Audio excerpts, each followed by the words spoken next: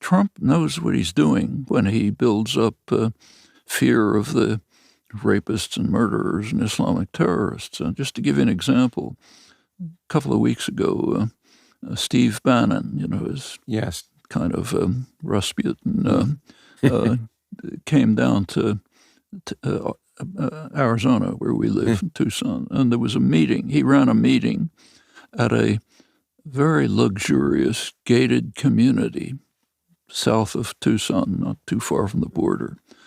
Guards, gates, very rich, and so on.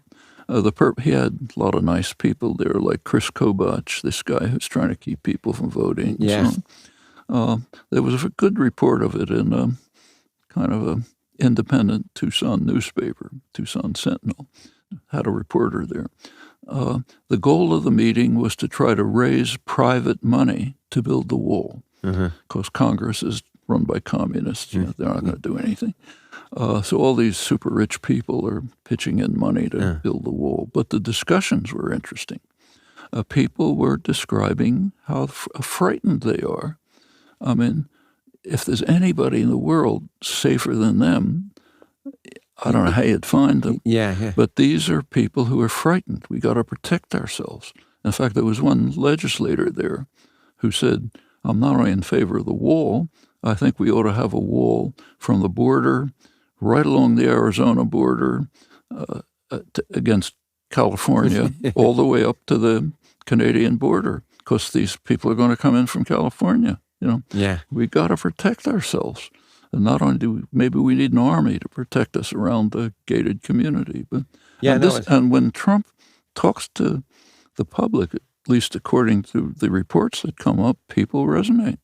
Yeah, no, it really works effectively. I never know with Trump whether it's an accident or whether he's whether he really knows what he's doing, whether he just latches on by luck to an issue that seems to resonate and he uses it, and then pick it up. He just tests the water. But he's doing that But meanwhile, you have to remember that his primary constituency, corporate power and the wealthy, he's serving them with real dedication. Would you say that in terms of, I don't want to harp on this too much, but in terms of the greatest danger, if there is one, of Trump being president, many people feel that the fact that he's a loose cannon, the fact that he does no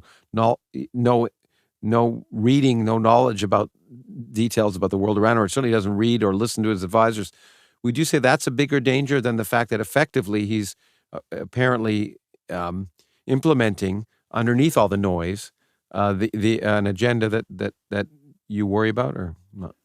There's a lot of dangers with Trump. The worst one, which overwhelms everything else, is the dedication to destroy the environment. Yeah. That just swamps everything else. That ought to be a screaming headline every day. Well, I'm surprised that if private money wanted to build the wall, $8.6 billion is not a lot of money that could easily be done. More than that's spent on elections. But interestingly enough, when you put it in perspective, talking about the environment and talking about progress, $8.6 billion, which is what he's asking for the wall, is more than the entire amount, the entire budget of the National Science Foundation.